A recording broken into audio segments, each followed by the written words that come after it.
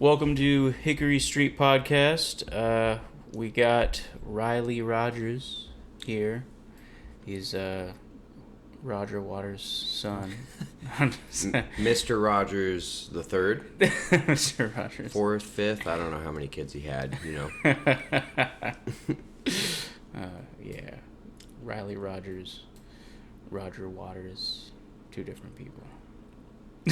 Yeah, Roger waters while Robert plants. And Riley Rogers. I guess I just drink beer, and oversee the gardening. So all the rock stars are gonna end up in the same nursing home. That's good. Yeah, if they make it that far, Yeah, Lenny unfortunately couldn't make it. Yeah, he was close. Well, how's your Sunday? It's Sunday, right? Yeah. Mm-hmm. How's your Sunday going? Pretty good. We had band practice. Haven't really done much other than that. I went on a run today, but man, running is getting harder on my knees. I'm noticing. You're a boomer. My age is starting to catch up with me. I mean, I remember I don't know if you remember this or not. I would assume you probably don't, but there was one time that our band played at Fannin House, like at the new Fannin House. I think that's when I met you. Yeah. Yeah. And there was I was just like, at the time, I had a lot of social anxiety, and I'm pretty sure you could tell. But I remember talking to you outside and just like being overstimulated, and you just kind of going on this rant about how you turned 30, and you were like, yeah, just as soon as you turn 30, everything just starts to hurt, and you start to realize why people just want to smoke weed and not do anything after 30. So that's how you know I'm a bullshitter, because that would have been probably when I was like only 28. Because I'm 31 now. So wow. there's no way you would have known that this was last year. So I was lying to you. I was lying to your fucking face. But I probably did have, some random pain, but it was probably because of my own negligence. But it definitely was not from wisdom. Because I'm only 31, so yeah, I lied to you. I'm sorry, man. It's just like that for some reason, I've always thought that I just always remembered that. So yeah, now, I'm 29, so I'm about to be 30, and so ever since you told me that 3 years ago or something, it's come up in my mind. Yeah. Oh, so whenever I turn 30, everything's gonna start. Oh, to hurt. I lied to your face. I had no authority. I was probably 27. Cause how old are you? I'm 29. Okay, so yeah, we're almost the same age. So yeah, I was just bullshitting you. All right, good way to start the episode. This guy's a fucking liar. No, I don't know. Random pains come and go. Just depends on what you do. Yeah. But I had my first gray hair the other day. Oh, no. It was in my goatee. And, I saw that and I was like, it's over for all the other DILFs. I have arrived. I am now one of you.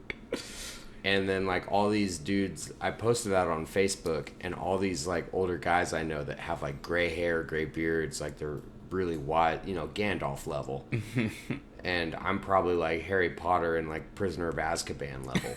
So, they were all shut up. That's all right, maybe I shouldn't have posted that, but, what is life if you can't make a DILF joke? Once a week or something, Yeah, Clint's 38, and Your bass player? Yeah. Whoa. Dude, what does he do to look so young? You know what? He doesn't do shit. He really. Whoa, maybe that's a secret. Don't do shit. He doesn't sleep very much. he goes to work at 4 o'clock in the morning every day. Yeah. And so he only gets like 4 or 5 hours of sleep every night, and he smokes cigarettes, and he smokes weed, and he drinks. He looks like he doesn't look that age at all. Wow. Really? No, Yeah. he's gonna have to get on like a Neutrogena sponsorship or something, because thought he was our age. I know, right? That's amazing. Good for him. Yeah, but I have noticed, just being in a band with him over the past 3 years, just like how much his age is starting to catch up to him a little bit. And I've noticed the gray hairs and the beard and stuff. Yeah. And I've noticed that his hair is thinning a little bit, especially now that he cut it, because he had it kind of long before.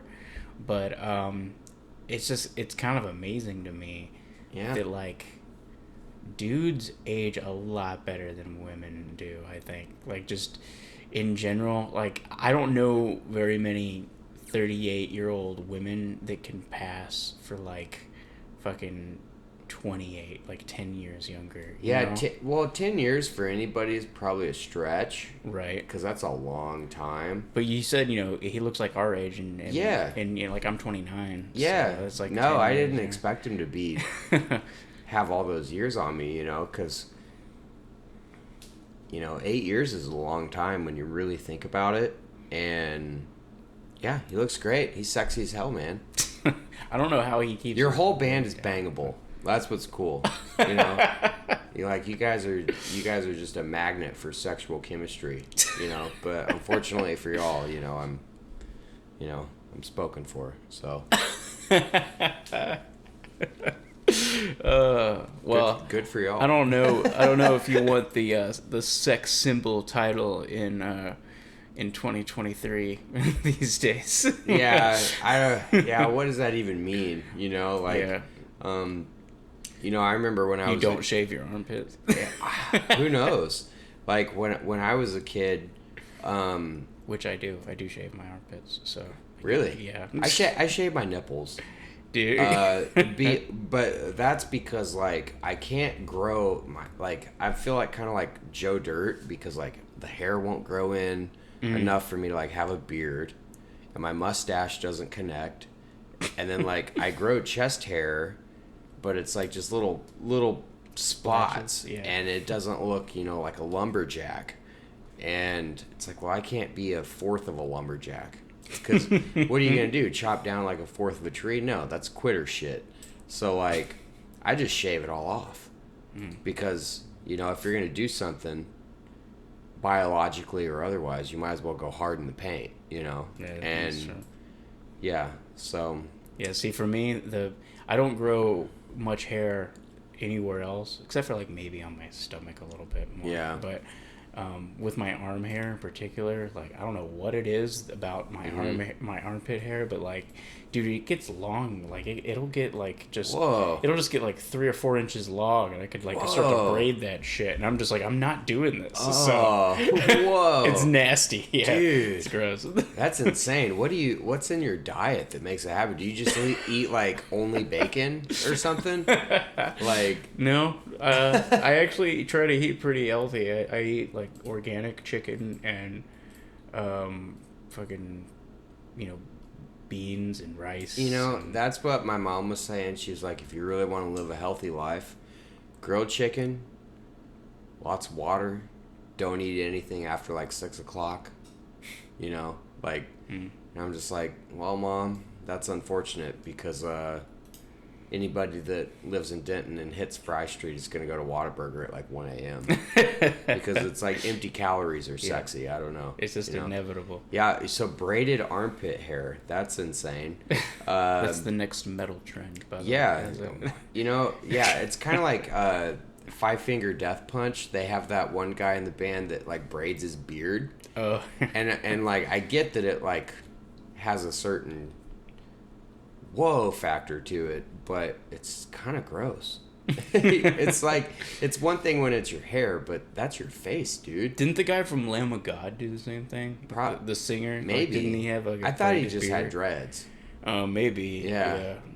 I don't know. Either way, dreads anywhere other than like your head, it's kind of like, man, you got to eat with that thing, you know, like, and then in your armpits, but you know, maybe you're biologically, you know, predisposition to just have long hair in certain areas. I don't know.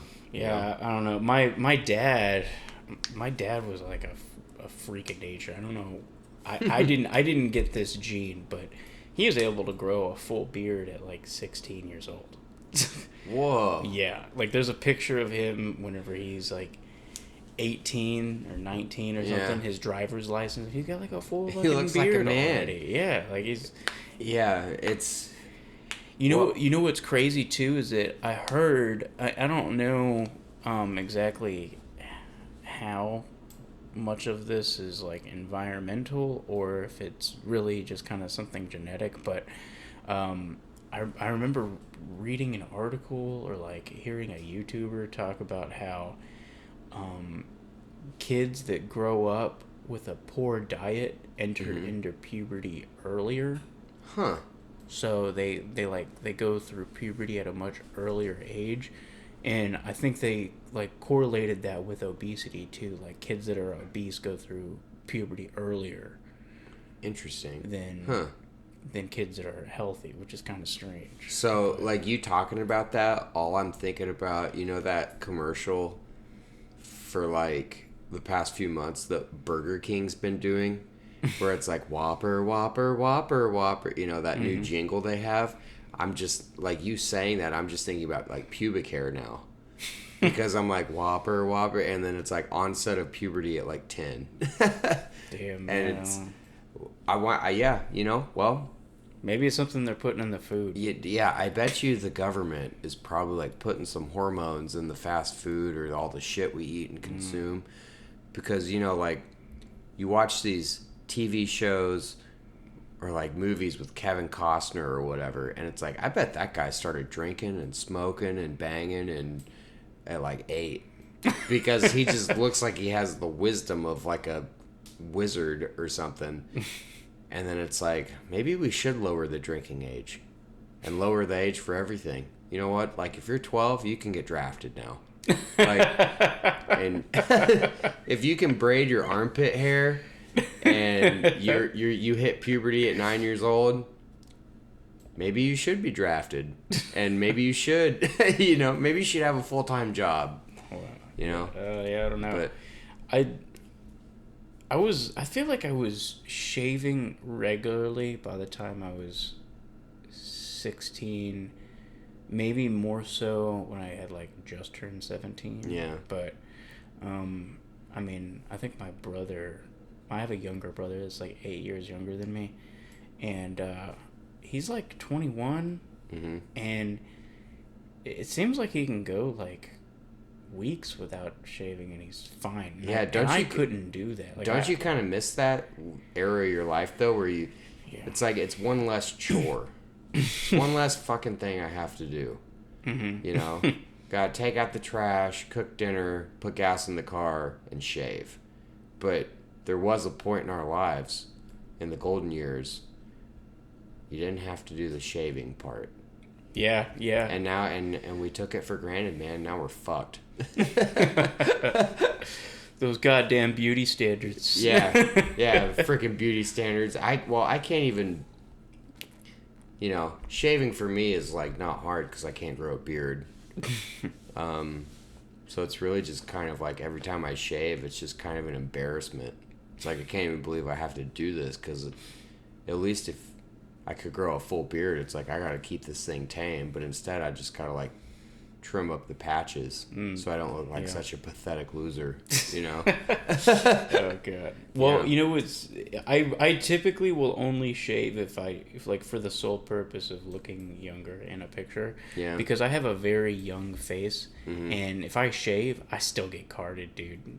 Like, whoa. Yeah, I still get carded. Whoa. Which is kind of weird to think about. But yeah. Like, because I'm almost 30. Yeah. So. Like you go into Midway Mart and try to buy a Red Bull, and they're like, "Are you even like 12?" I don't know. Like Red Bulls don't have a age limit on them, but they should. I read this news article a few years ago. This kid, like young kid, he drank like a Red Bull, bunch of coffee, like some Mountain Dew, and like a Monster, and like, you know, he was just loading up on all that stuff, and it was like really fast, you know, and he like had a heart attack. Yeah. And he's a kid, you know, his metabolism's like awesome.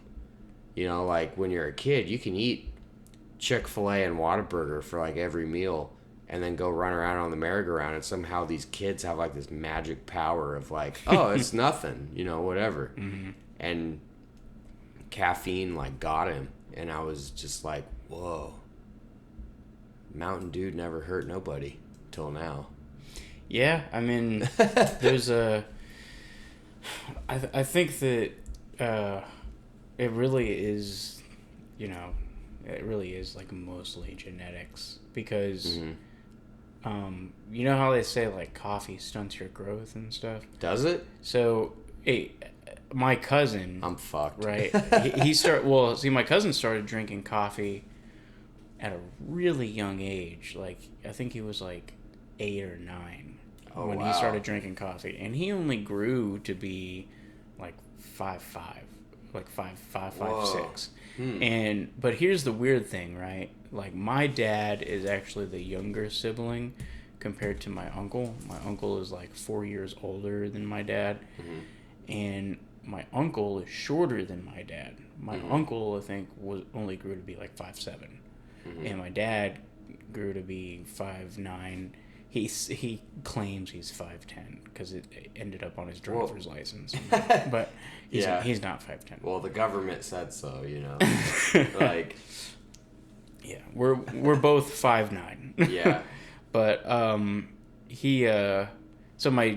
my dad was born premature. Like, he was born early, and I think he only weighed like 6 pounds or 7 pounds. What's a normal baby weigh? Usually it's about 8 pounds for a boy. Okay. 7 or 8 for a boy, but he was born like around 6, right. Or like or maybe like a couple pounds under. Yeah, or just like a couple of ounces under 7 pounds, but something crazy like that. He was born like 2 weeks early, and he ended up growing to be bigger than his older brother. Whoa. And so the fact that my cousin is like 5'5", 5'6", like it how much of that really is from just him drinking coffee or just genetic? Because I've known friends that were drinking coffee at like an earlier age, and they're fine. But something I really think, because I used to play sports, and something I really think is really bad for you is dieting as a kid. I think like if you're a kid and you're trying to diet for a sport or something, like it's I tried it for a little while whenever I was in wrestling. But like I've got like an old coworker that I used to work with here, and her son has wrestled from the time he was like 6 or 7, and he only grew to be like 5'6", and he's like right around 100 pounds as a 17-year-old, and they have done tests on him and stuff, and he has low testosterone. Whoa. And it's because he's like dieting to cut weight and stuff. So I think that dieting as a kid is equally as bad as like overeating or consuming too much. I've actually never thought about that, because you know, when I was in high school, you know, pretty much everyone just ate what they wanted because your metabolism's so great. And especially if you're in sports, you're obviously like always hungry, working out, like, and always hungry and stuff.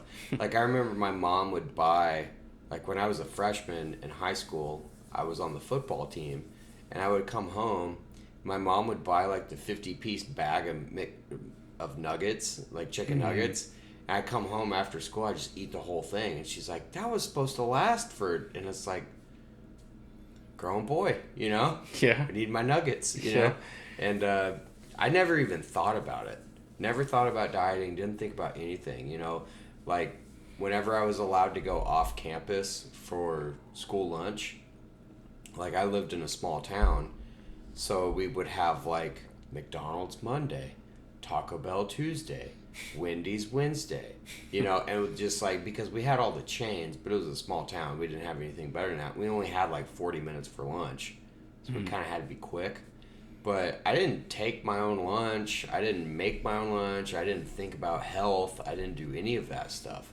I was just like, I get 40 minutes, and I'm going to find a fast food restaurant that starts with the same letter as the day that it is. And I'm on the football team, and then I would get home, and I'm still hungry all the time. That's how it was, yeah. And I can't even imagine dieting. I mean, like, I obviously don't have kids, and, that wasn't something I ever thought about. So, to each his own. But, like, I just remember being a teenager, and I would eat whatever the hell I wanted, and I was still hungry.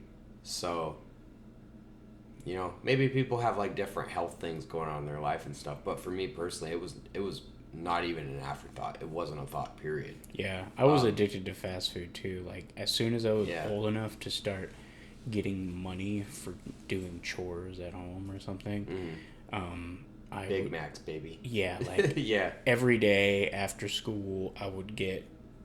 They had the triple meat, triple cheese burger from Whataburger. Oh man, I would make myself sick trying to finish that fucking thing. Triple meat, triple cheese. Yeah, it was bad. So like different types of cheese, or no, just cheddar. Just 3 slices of cheddar. Yeah, just triple down on, man. Yeah. And then sometimes I would get bacon on it. So dude, you're an asshole. No, the one that I think the fast food item that always like just intimidated the shit out of me was probably like, I always thought the Big Mac was just like so extra because it has that middle bun, and I was like, why not just get 2 hamburgers, And I've actually never had a Big Mac. Really? I've never had one. It's funny because you kind of look like the Big Mac guy. Who's the Big Mac guy? He's the guy who like held the record for eating the most Big Macs in the world. Dude, I look like that? I don't want to look like that. he ate like 2 or 3 Big Macs a day for something crazy like 30 years. Are you talking about the guy that was on that Netflix document? Super Size Me? Super Size Me. Yeah, so I looked the Super Size Me guy. Well, hopefully before he started doing that, at least, But, at least I don't look like Jared Fogle or something, I can't even eat Subway anymore because every time I walk in there, I'm just like, it just, feels like a felony. It feels like a felony. It's like this restaurant feels like a felony. Like, they had National Sandwich Day last year at Subway, and it was like, buy a foot long, get one free. And I'm just like, that dude's in like the penitentiary. It's weird, know? That Ronald McDonald's not a felon, Yeah. But I guess the Baconator. Did you ever have the Baconator from Wendy's? Oh my god. Yes. Dude, that thing's like a freaking heart attack. But it's awesome. But the junior bacon cheeseburger that you could get for $1. Dude, that was my that was my shit when I was in high school. Like, something about that mayonnaise. Well, when the dollar menu was truly $1, it wasn't like $1.19 or that shit they do where it's the value menu. Now it's just cheaper, but it was straight up $1. Like capitalist truth, not lies. It was like, that's $1, and it was so easy because it was like $3. You can get a pretty decent meal, off the dollar menu pretty much anywhere you go. And now Taco Bell is like really the only loyalist to that, where they still have a straight up dollar menu. Right. Yeah. And we were just raised on lies, and here we are. The world's burning and everything costs a lot. Yeah. And the dollar menu is a joke. And the dollar menu is collapsing. Dude, yeah, literally. Soon the dollar menu currency will not be worth shit like anywhere else. All of your fast food gift cards are going to be useless. Dude, yeah, they're all useless. No one's ever given me a fast food gift card. It's always like Walmart. I'm like, why didn't you just is like that's the one thing I do like about Amazon, despite all like the shit they do that's not cool. If someone's like, "What do you want for your birthday?" or something, it's like, "Here's a link, order it, Prime, bam, there in 2 days." It's like shit. Aren't they like trying to fight the labor union organization? I don't know. I know that Starbucks is for sure because Yeah. the Starbucks employees got union status in a couple of states, and I think I think Starbucks like took them to court and got it reversed.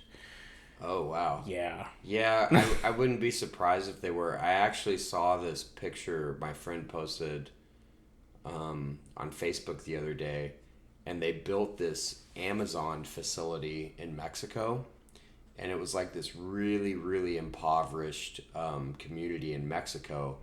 Like people are living in really run down conditions, and then in the background there's this huge like Amazon fulfillment center, and it's like brand new, it's lit up, the fresh paint, like it looks like a multi-million-dollar complex, and then like surrounded around it were all these like impoverished people like in their homes, and the caption on the picture was like, this is the most like dystopian picture of like all time, because it's like all these impoverished houses, and then up top it's all lit up by the Amazon logo on the building. So I was just kind of like, whoa. And then I tried to think about it like retrospectively, and I was like, well, that building's probably also giving decent jobs to a lot of those people, but it is just kind of weird to see like the height of wealth with like poverty around it, and it's just weird, to look at a picture like that. Yeah, it seems strange that something like that can coexist in an area where the people are like suffering on a daily like basis. Really bad, yeah. And I'm sure that it pisses a lot of them off, because if you think about it, like how much energy is that one facility using? Probably more than like that whole community. And that energy, easily.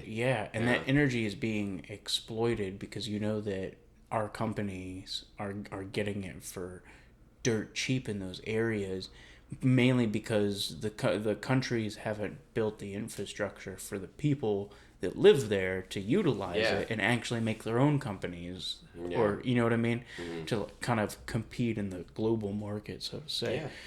But that's where I think a lot of people misunderstand the roles that government play in the development of a prosperous nation, and something that I think that we've been fortunate in just being in America, born here, raised here, not having to really struggle our whole lives, is that we've sort of benefited from the way that something was set up over 200 years ago, and there's a lot of countries that are in this weird like state where they hate everything that America is doing, but they're simultaneously trying to revolt and make their own government like an American government so that they can have the same opportunities. It's really strange to watch. Just like as an American, seeing stuff happening online and like South American countries, specifically, because there's a lot of civil unrest in South America. I don't know if you remember, and I guess we're still kind of experiencing this, but just like the influx of migrants from like the Panama Canal area. They're just like people fleeing South America, getting up into Mexico and then making it to the U.S. border. Well, it's kind of one of those things where it's like, the grass is greener on the other side, but the other side has weeds. Like we have our own weeds. Like people fleeing those areas are fleeing like a lot of the times like drug cartels, but then they come to America and like we're all killing ourselves with fentanyl. So it's kind of like there's a drug problem in both areas. Obviously, one's way worse off than the other, But yeah, I mean, like the model of America, I think that, like you said, they all kind of want to be like, but there is like a point of corruption where even though it is maybe an ideal model for a lot of places, um, it's still not perfect. Yeah, Obviously it's not perfect here. We have a shit ton of problems. and I think they recognize that. I think they recognize that, like behind the scenes, we shoot each other more than anyone else. Like right, there's some sort of mental thing there that's not right. Yeah, yeah. for sure. I agree with that, but also I think that people in other countries recognize that we have behind the scenes players in our government that totally. operate the exact same way that the cartels do. Yeah. And like the Taliban leaders do. Yeah. It's just like kind of cutthroat. We will assassinate anybody we need to at any time to get what we need in a territory. And that's like, yeah. I mean, we're still guilty of that despite yeah. some of the things that we've been awarded domestically. Yeah. But yeah. I mean, and like the false flag stuff, I think it was the Spanish American War where the USS Maine like supposedly blew up and like still hasn't really been proven how. And like apparently it was like a tanker or something blew up and then we went to war over that, but in reality it's like we probably did that ourselves. yeah. Have you ever seen a documentary called Zeitgeist? Yeah. Yeah? Okay. Yeah. I figured you would have. I mean, I just recently watched it. I took it with a grain of salt, but interesting points were made. Right, no, for sure. I definitely wasn't like blown away or starstruck by it to where I was just like, oh my God, my whole life's a lie. But it has some good points, for sure. Yeah, well, one of the things I found particularly interesting about that documentary is the idea that America fabricated events to get us into wars on purpose so that we could benefit from them. Yeah, I like just studying history and understanding, which I'm sure you do too. Yeah, I was a history major. Yeah. So, did you finish? Did you graduate? Yeah, I finished at UNT. Okay. So did I. So you must have finished just a few years before. I got a bachelor's in history in like 2014. As American, the focus was American history, but I took a little bit of everything. But that would have been 2014. Yeah. Wow. So, but yeah, that I feel like that's something that is like it's highly plausible. Sure. I feel like it's more probable than improbable. Yeah. Because there's just too many things at play, and if you look at, say, like the British Empire and how it expanded from like the 1400s into the 1800s and into the early 1900s. I mean, they used companies, specifically like the British India Company, to exploit labor and or the East India Trading Company. Yes, that thing you hear about in Pirates of the Caribbean. Yeah. But I mean, companies, private companies have a vested interest in gaining access to the outside world. So I didn't realize you finished your degree in 2014 though. That's pretty cool. That's weird. I haven't actually thought about it, but yeah, that's almost 10 years ago. Yeah. You went to college right out of high school then? Yeah. I was pretty lucky. My parents were like pretty determined for me to go. I don't think too many people in our family had gone to college. You said you were from a small town. Yeah, right? Well, it's so like you have Amarillo, and then like 20 minutes south you have Canyon, and that's where I'm from. It's not like small, but it's like small enough where like when they built a Walmart, it was like a big deal. That's like, pretty small. Yeah. I mean, like, we had, like, one high school, one junior high, 2 elementary schools. But, yeah, like, when we got a Walmart, that was, like, a game changer, you know? So it's that small, but it's not, like, 10 people or 20 people or anything, you know? Probably, like, 30,000, I would guess. I don't know. Wow.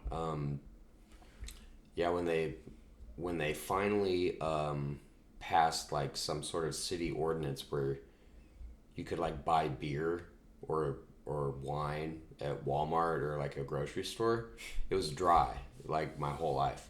And then right whenever I had moved, they passed that, and I was like, "Son of a bitch!" Like I wasn't old enough to drink anyway, but my dad was like, "I've been driving 20 minutes to go get Bud Light every week. You know, it pisses me off. You know." Oh my god. So it was like small, but not too small, I guess. But yeah, I went right after high school and moved here in like 2012. The other weird thing is like pretty much every school I ever went to, I was an Eagle. I was an Eagle in elementary school, middle school, high, because it was the Canyon Eagles. And then when I came to UNT, I was an Eagle again. But I did go to another college for like the first 2 years where I was a Buffalo. So I had like that awkward 2 years of like interspecies change to like a buffalo, and I was like, this is kind of weird. I've never been like a land mammal, you know. So well, all Native American animals so far. So. Yeah, yeah, no crocodiles or reptiles or anything weird, you know. So. Wow. So you graduated in 2010 then? High school, yeah. Okay. So you went to 2 years at a community college, and then you went to UNT? Yeah, it was the college we had in Canyon. It was West Texas A&M, which is like, it's the sister school of Texas A&M. But it's still a junior college? Yeah, pretty much. I mean, it's a 4-year college, but I only went there for 2 because I still lived there. And then my dad got a better job in the oil field down here. So he was like, I think we're all going to move to the DFW area. And I hated, you know, at the time where I was living because I was so interested in music. And the music scene up there was, like, it existed, but it wasn't very large. There wasn't, you know, it was really hard for me to find anybody to play with. Nobody really wanted to play really anything at the time other than, like, either country or, like, at the time, like, the emo, screamo kind of metalcore stuff was, like, really big. And I wasn't interested in either of those. So I was like, nobody wants to play what I want to play. So I had heard, like, a lot of good things about Denton. So I was excited, you know, get out of my hometown and go to a place that might have a little more opportunity in a lot of ways. Not just music, but a lot of ways. So, yeah, still here. Well, it's cool that you just, like, went to college, didn't take a break or anything, and finished in 4 Yeah, it years. was weird. Like, my parents really wanted me to, but, like, I didn't know what the hell I was doing. Like, the first 2 years I didn't have a major. I was like, I don't know. Like, it's weird. I had a weird upbringing. I noticed, like, some people took out student loans and worked their way through college and struggled through it and everything. And it kind of makes me sound like a privileged asshole, but, like, you know, my parents were like, you either go to college or, like, get your ass out and go get a job and, you know, be a man kind of shit.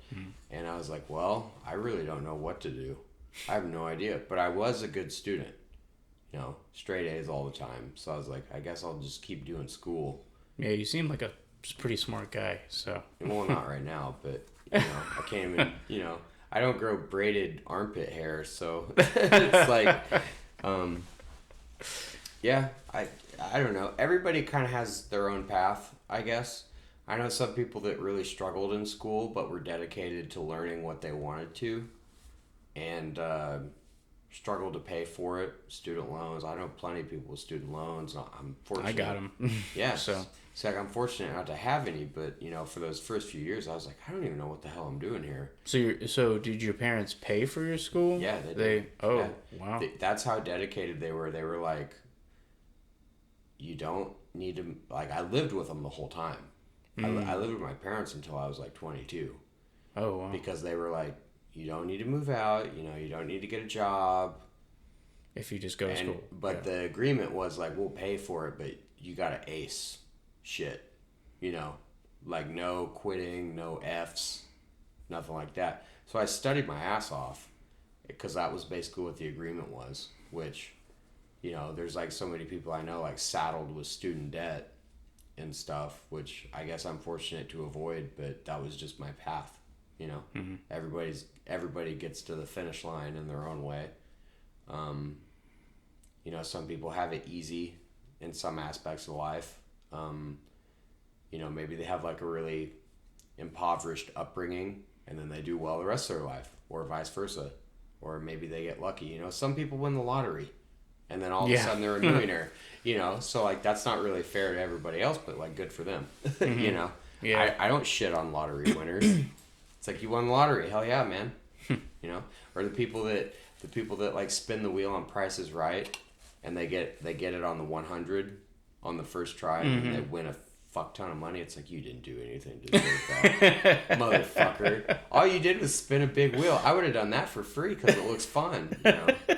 So I don't know, I feel like everybody's life has like an aspect of suffering, an aspect of fortune, and then an aspect of luck.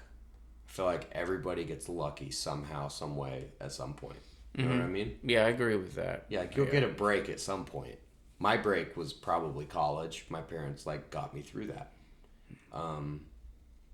Probably not going to get anything else from them. It's pretty much like, we got you the degree. Now you hit it. So Did you regret choosing history at any point, or no?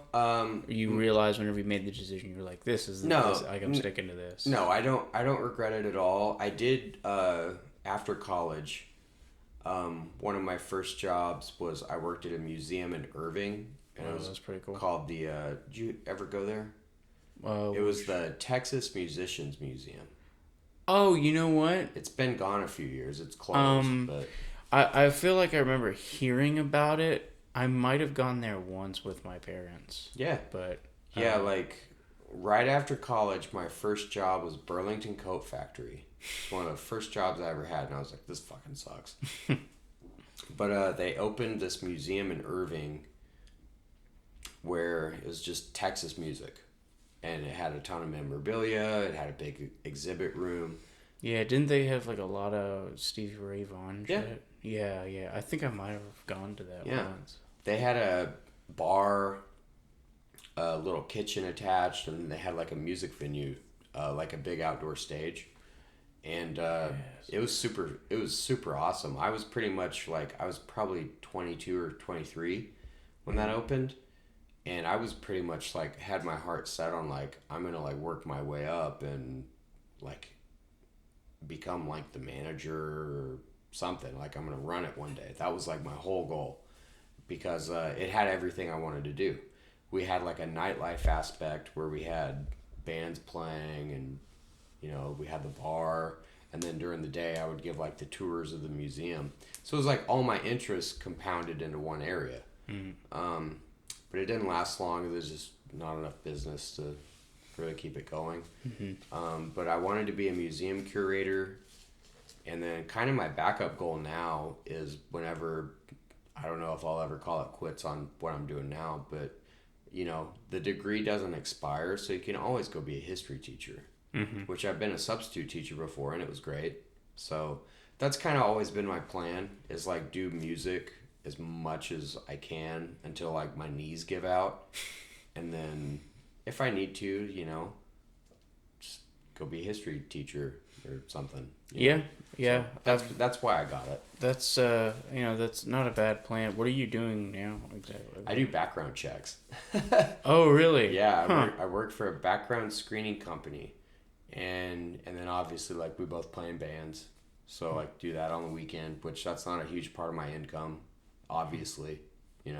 Whenever you were working at the museum, were you being paid pretty well, or was it kind of Like normal, like $18 an hour. I think at the time it was like around maybe 12 an hour. Oh shit, that's pretty low. Yeah. But I mean, it was 2014, 2015. Yeah, so this would have been like 7 years ago. So that was pretty decent for a guy my age. Mm-hmm. But the payoff came when I would be the tour guide and I would get paid like around 12 an hour for that. But then whenever the nighttime came on Fridays and Saturdays, we would have concerts, and we would have like all these Dallas blues guys come. Had like some pretty significant acts come through that were either pretty successful or just had some sort of relevance. Mm. And there would be nights where I would bartend from like 9 to midnight and get like 300 in tips. So it basically evened out. Like I wasn't paid a whole lot for the daytime shift stuff, but the bartending really kind of supplemented everything else. That's cool. You were a bartender too. I mean, did you have to have a bartender's license? Yeah, I had to get TABC, but we didn't have liquor, so it was real easy. It was literally just pouring beer and wine. It was the easiest bartending job ever. The hardest part about it was whenever you get kind of that like irate customer that's like, you don't have any whiskey or vodka, and it's like, no, and they're like, well, why not? And it's like, we're a museum. Like, we don't have a liquor license. Like, the concert and the alcohol part is just kind of like an add-on. The main part is the museum. So you'd occasionally get somebody kind of like, no liquor, no mixed drinks or whatever. They don't drink beer or wine or whatever. White Claw wasn't invented back then. So, like, that didn't exist. Not that any of those older people would have drank that anyway. Right. So it's super easy. Super easy bartending job. And other than having to explain to people that I didn't have any liquor, like, that was maybe the hardest part. It was a cool place. It was really cool. That's cool, yeah. Well, so, something that, so, like, I didn't know what I wanted to do after I graduated high school either, and, like, I was kind of a rebellious kid, and I wasn't getting along with my parents like at all. So as soon as I graduated, I went to a year at a community college, and then I did like one semester at a different community college, and then I just kind of quit school because I was like, I don't know what I want to do, and I don't want to, and I did fail classes. And see, I wasn't a terrible student, but I was never really that great of a student growing up. Like, I think I didn't start making A's and B's until I was like 8th grade, maybe. Like right before high school. And it was mainly just because my mom was like, if you don't do something soon, you're not going to be able to play sports in high school. And that's all I wanted to do. Yeah, because if you fail, you can't. Right. If you don't make good grades, you can't play sports, right? Right, and I wanted to do something at the college level, and I knew that they started looking at your transcripts in high school, and if you were a bad student, they wouldn't offer you a scholarship or something, so, like, I started to take it seriously, but my parents got a lot harder on me, because, like, I changed schools, and then I was kind of struggling going from it was not a small school, but it was like smaller.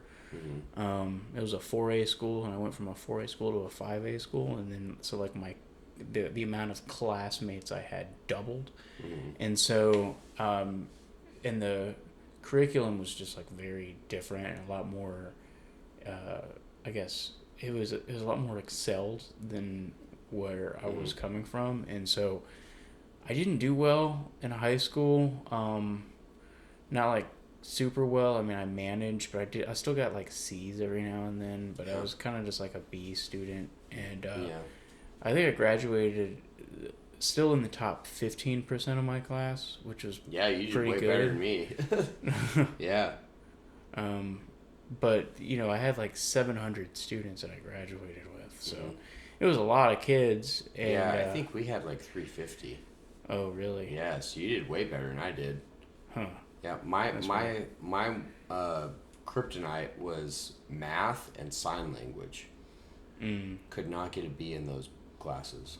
It was always a C. Yeah, my thing was Spanish, which is kind of funny because I'm half Mexican, but like I couldn't fucking pass Spanish. Like I would always get a C or a D. Yeah, were you not trying or?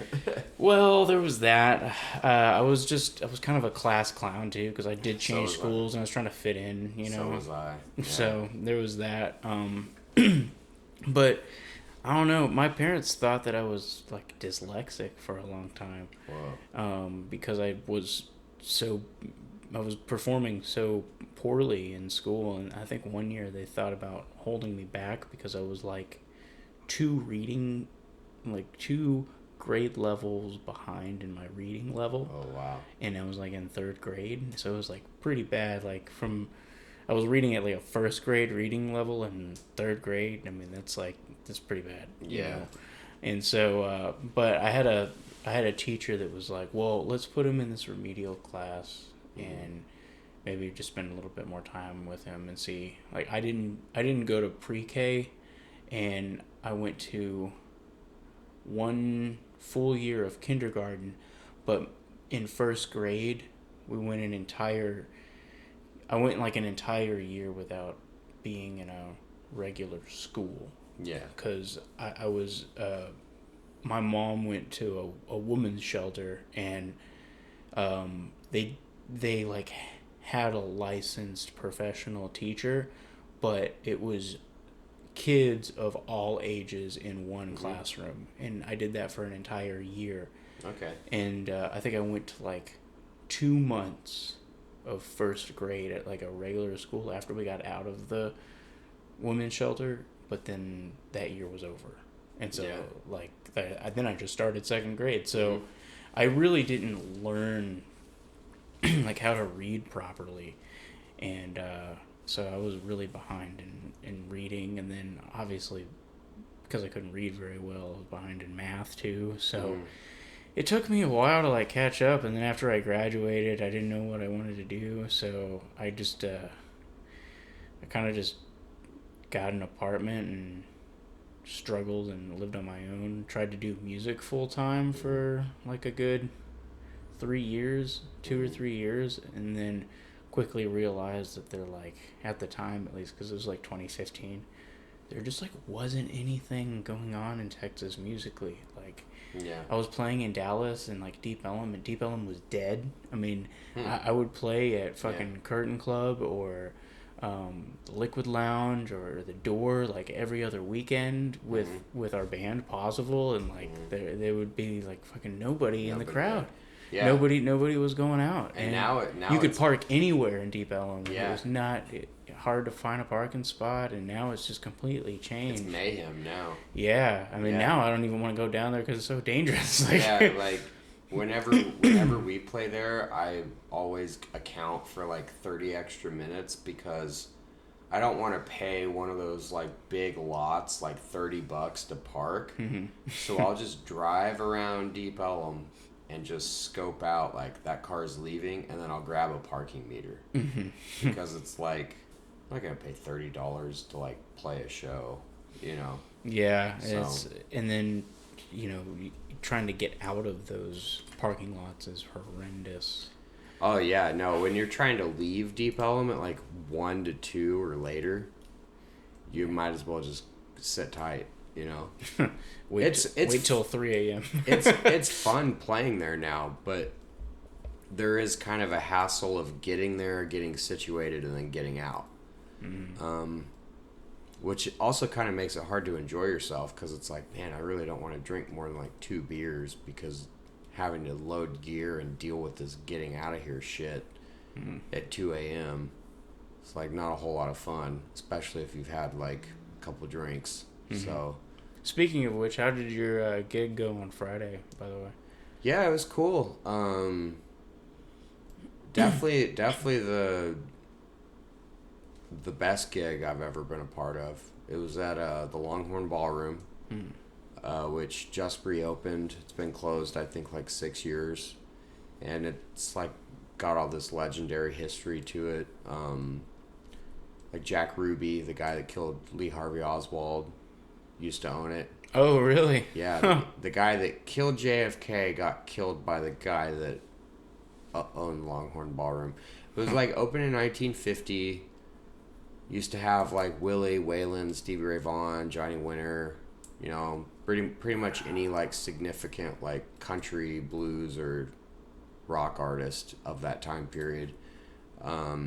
Sex Pistols played like their only show in Texas ever there. Yeah.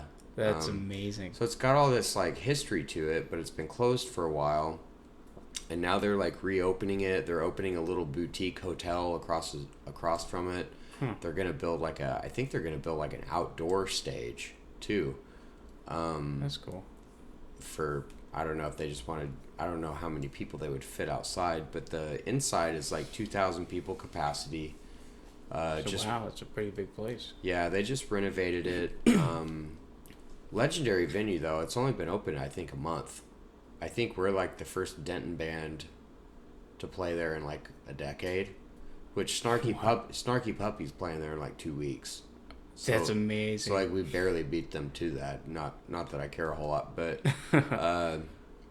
yeah, they had a Sleep at the Wheel, and I think Emmylou Harris, and then we ended up playing. This was the first show that was not country that they've done, and it was us and Dinosaur Jr. And it was just y'all two? Yeah, just the two. Yeah. Wow. Yeah. How long did Dinosaur Jr. play for? They played an hour and a half.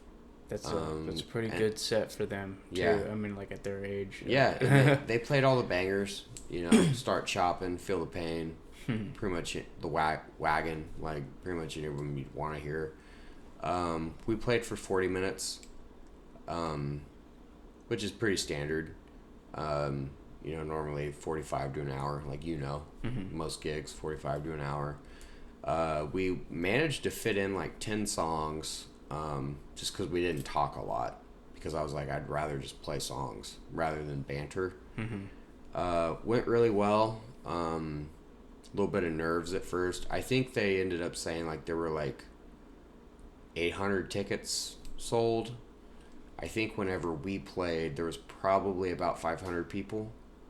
So a lot of people did end up like showing up late and skipping us, but you know, they're like average concert goers. They don't necessarily care. Right.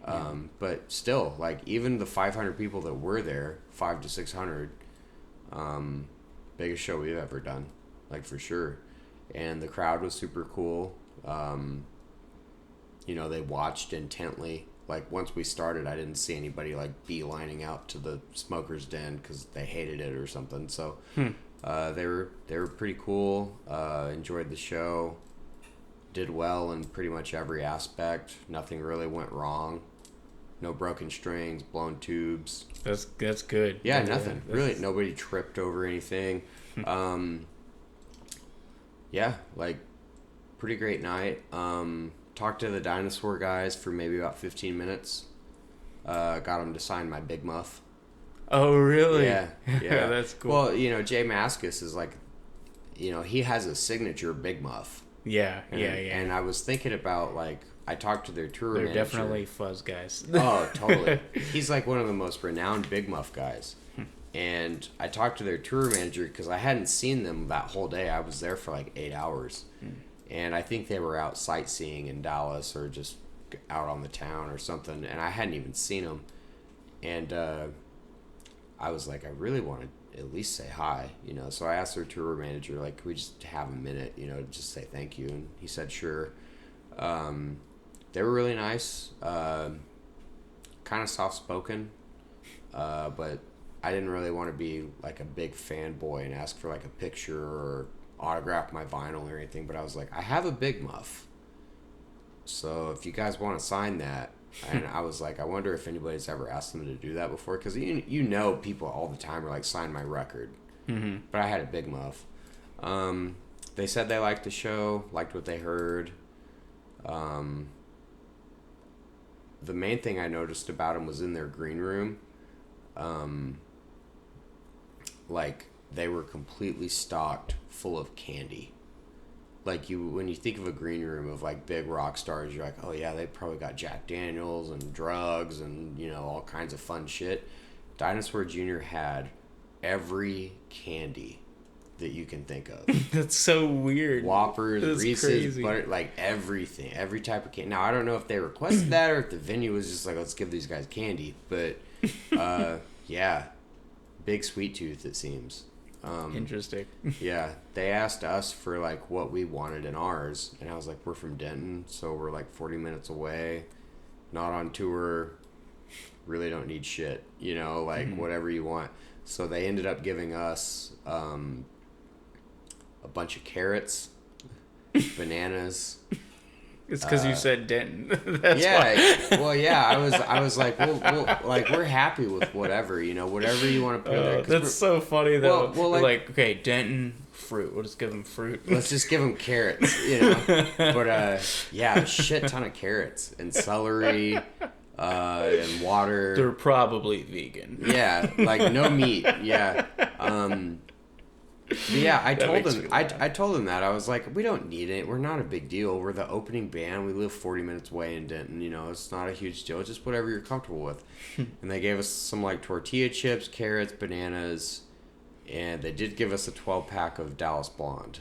So nice. Which we didn't touch that until after everything was done because we were like, yeah, it's normally when you're playing like a dive bar. I mean, we have kind of like a 2-beer rule. Mm. Or if there's many bands, basically like 1 beer per band, so if we're like 4th out of 5, then you can have 3, 1, because it's boring to like sit there and, wait for your turn to play and not have anything to do, I guess. Yeah. But once we got done playing, we were like, all right, the business side of shit's over. Can celebrate now a little bit, So they did give us a 12-pack. But yeah, Dinosaur had every candy, dude. It was like Halloween. Like every candy you can think of. That's crazy. Yeah, these dudes that are just like loud as hell, like one of the loudest bands in the world, and then in their green room is just candy. Yeah.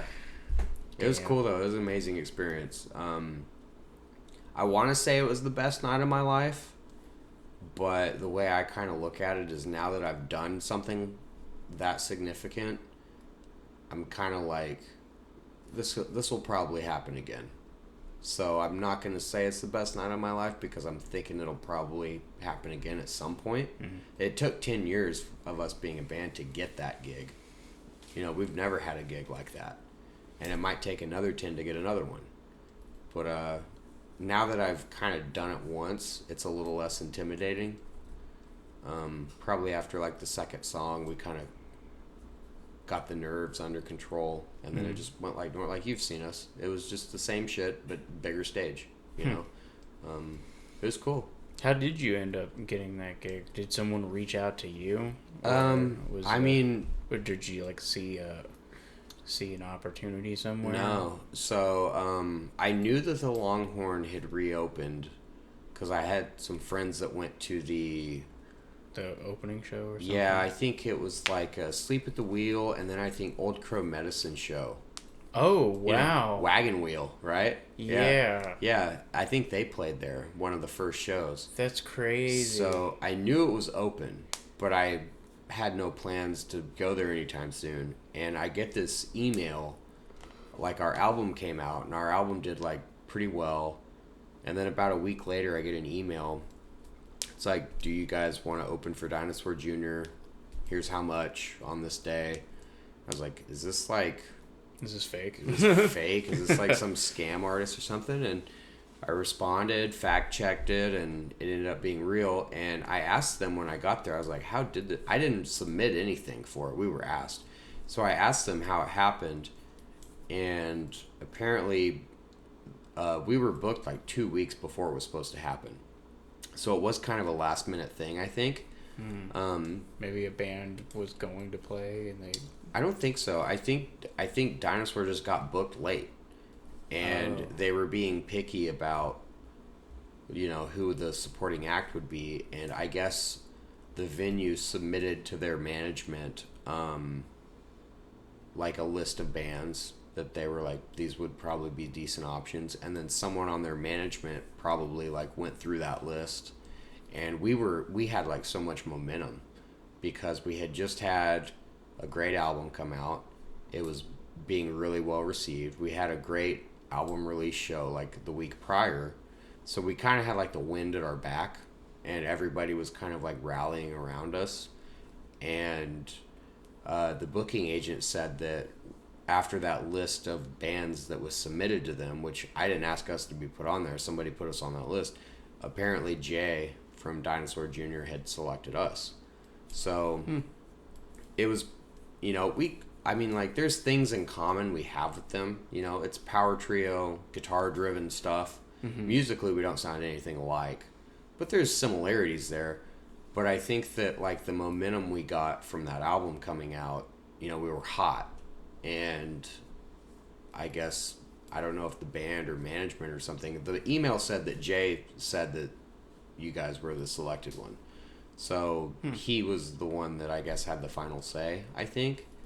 That's really cool. Yeah, but no, I didn't submit anything. It was a complete surprise.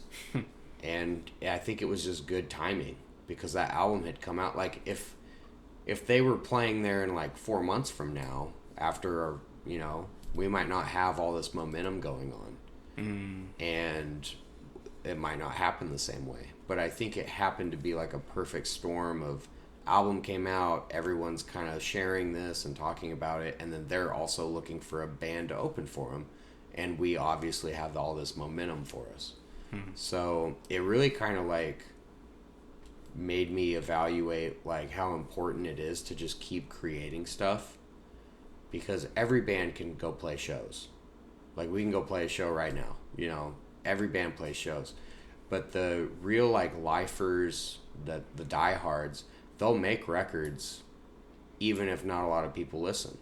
And they'll make music videos if not a lot of people watch. And it's just a constant grind of, I'm not giving up, I'm going to do this until I'm respected kind of thing.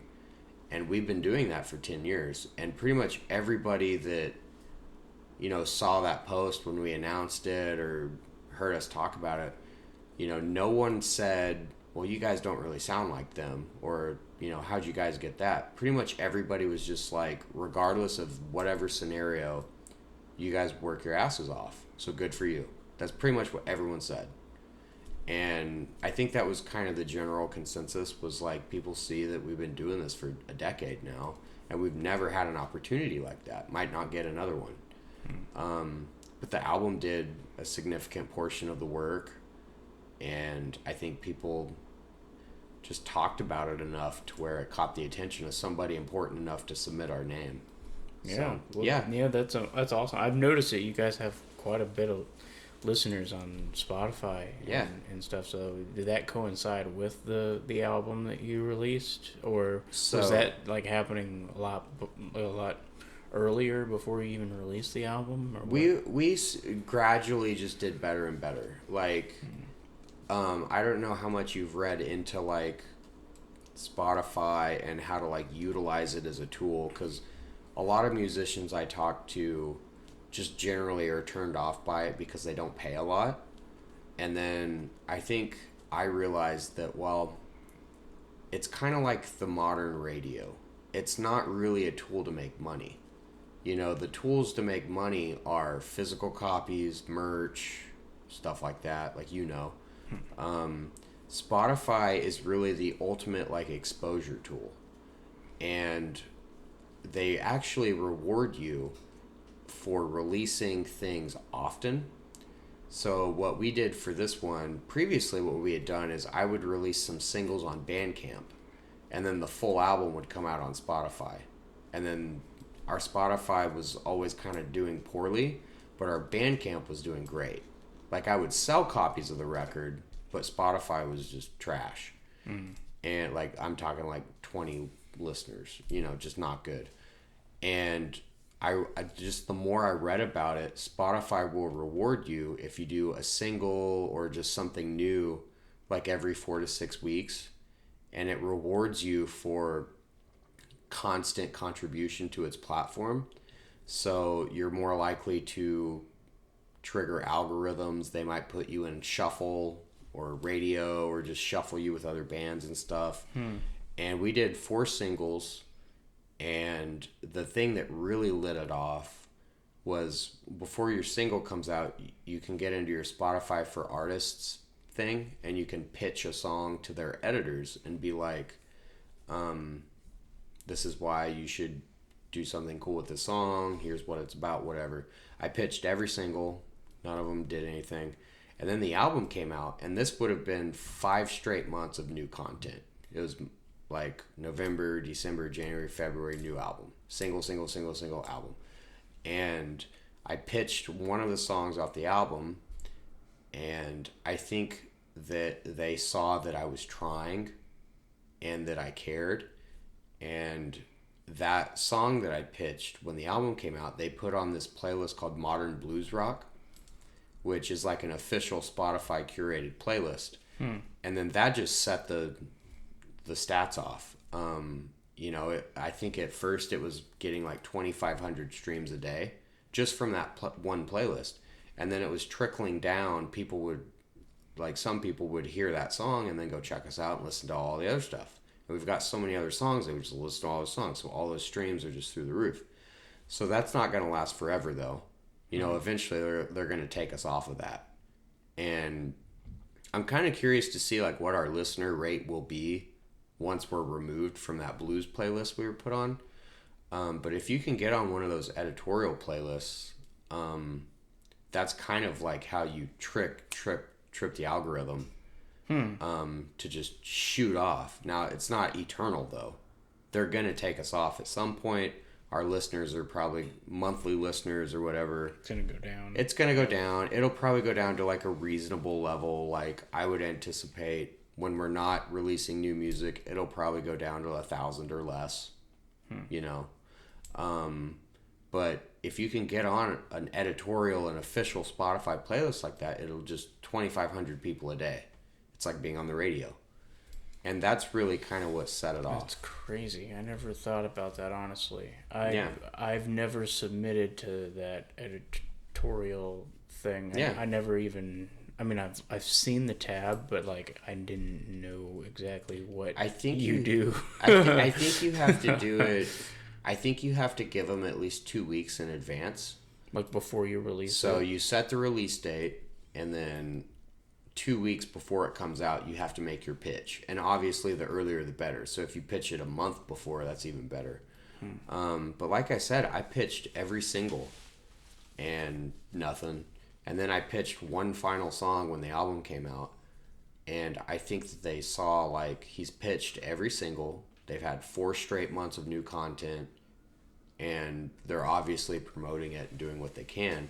So then once they put us on that Spotify Blues Rock playlist, our listeners shot up, like, not overnight, but like 2,500 a day. And now it's just to the point where it just keeps rising. But... they'll take us off that one day. And if you look at like our Spotify, we have like a huge, like thousands and thousands of monthly listeners. That's just people that have listened. But then you look to like our followers, we only have like 300. So we have like 300 dedicated fans, followers on there. Monthly listeners is different. That's just people who heard it, Right. So there's a difference there. But yeah, I've noticed that I do this too. Like, there's a lot of albums or songs that I've liked, but I don't follow the band. Like, I never do that. And I've noticed, because I figured out a way to create a promotion on Spotify, like through Spotify. Like the marquee? No, it's like on Spotify, you like make a commercial, essentially. Okay. Just like an ad. And you can do it for a business, but you can also do it as an artist. And so I created one for the band, and just like played the beginning of Barcelona Drive, and then you have to have a talking part in it. And so I just put like at the end, listen to Possible Now, and then There's like a little button. Now. Yeah. Right now or else. and that seemed to work pretty well. And our follower number did go up, but I noticed that it's actually gone down too. Like it got up to like I think it got up to like 220 or 225, and I think we're at like 215 right now. Yeah.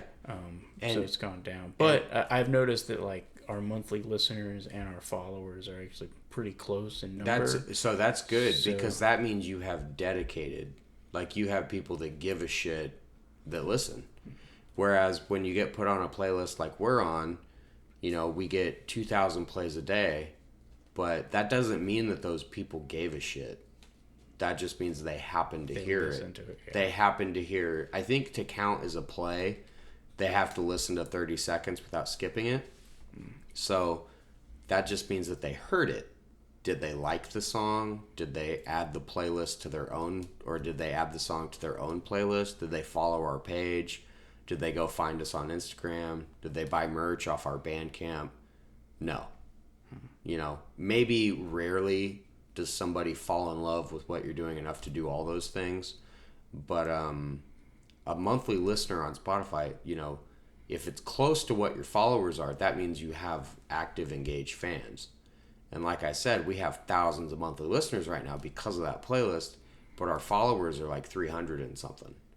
So there is kind of a vanity metric there, but there's all kinds of things you can do because like I said, the whole thing with Spotify that I've discovered is you want as many people as possible to listen because that it's kind of like fishing with a wide net. You throw a huge net out there and try into like a school of 10,000 fish, and even if you come back with like 10, that's good. So that's kind of how I look at Spotify. You kind of want to just throw the net, and then hopefully maybe one of those people will love it enough. Maybe they'll go check you out on Instagram. Yeah, I never thought of it that way. It's an exposure tool. Spotify is replacing the radio. Oh, it totally is. And so you should use Spotify like a radio. Yeah. Like a radio station. It's the same thing. It's like an international radio station. It's the same thing. Yeah. Yeah, I had one friend the other day talking about, he has like a song with explicit lyrics in it, and he was talking about like, well, it might not get on the radio or whatever. And I was just like, don't even worry about it. Because the radio is useless at this point, and Spotify is actually okay with like explicit stuff. All they do is put an E next to the song. You'll still get added to playlists and get plays, you know. So yeah, and you know what's strange too is that I've noticed that like Facebook and Instagram, if you post something that has your song playing, at least it does this for me. I don't know if it does this to you, but it instantly sends me a message of all of the countries that it's banned in. Whoa, I've never tried that. Yeah, like I posted a song. I think it was a part of Baghdad, and I didn't even like. I think it just did like the first 2 or 3 phrases of the verse. That's all that was in the clip, and then like instantly I got this message of something crazy, like 50 countries that the song was banned in. Weird. Yeah. Yeah, that's never happened. That's never happened to you? No. Yeah. I have had instances where I'll post something with our song in it, and it'll give me like a copyright notice, like you can't post more than 30 seconds of this without a copyright notice, and it doesn't realize that I'm the one that has the rights to the song. The main thing I learned about social media lately, because before the album came out, I was basically determined to be like, we've been making records, for years, and each one gets better and better, but we finally made this one where I was like, I feel like this one's really good. Like, I personally like it, and that's a lot. And I was just so determined to be like, I'm not going to let this one just get released on Facebook and we make a post about it and then our friends listen to it and then it just sinks into the abyss. I was like, I really want to maybe spend some money, really want to advertise and market and hype it up, get people involved. The thing that worked best for us was when our album came out, we all texted like everyone we knew.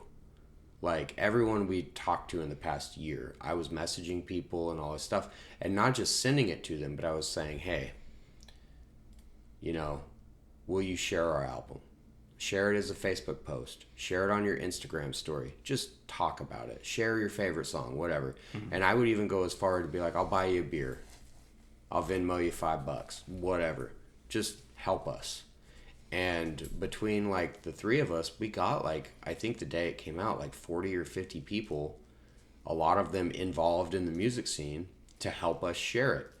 And basically the idea was on the release day, take over the internet of the local circle. You know, just it, like between us and the 40 people we asked for help, someone saw a post about it. Like when it came out, you probably saw at least one post. Maybe not from me, but you probably saw someone be like, new Infamous album. Mm-hmm. And that was the one important thing I realized is when an album comes out, like I only have 3 guys in my band. You only have 3 guys in yours. It requires help. So if you can get like 40 people off the bench, go to bat for you, and even just on their Instagram story, just share it. Just be like, hey, new Posville, new Infamous, new Nickelback, whatever, you know. And if they have 1,000 Instagram followers and 300 people watch that story, you never know. That's just more, it's like hyper awareness. Mm. And we would always just share our albums on like our pages, just be like, hey, new album's out, and then it'd die. No one cared. You know, some people would buy it, some people would be like, oh, that's cool. But when you genuinely just go to people and say, I need your help. I need you to help me share this. I need you to, like, on your Instagram story, it deletes in 24 hours anyway. It's not even permanent. Help your friend out. Help the bands out that you like. Share it on your Instagram story, and 200 people back, oh, cool, new Infamous album's out. That was a huge thing. Was just getting other people outside of the 3 of us just to help. And we also ran like Facebook ads, ran Instagram ads. I'm looking into like Google ads. I was even looking into like hiring like PR people.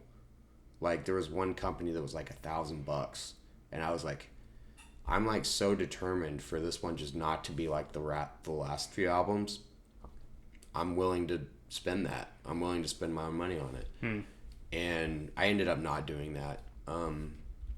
But there's all kinds of other tactics, because like marketing indie music is like a whole other world. Yeah, it's you know, it's nothing. Hard. The problem with I feel like the constraints of centralization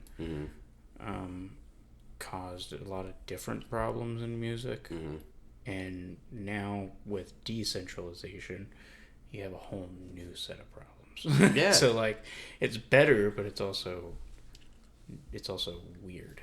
Well, yeah, and like the environment changes. You know, like when the Infamous first started, you know, it was all about how many Facebook likes do you have. Yep. That was that's what I remember. That was the vanity metric. That's why our Facebook has like 2,000. Yeah, followers. like I think ours has about that many, and who cares now?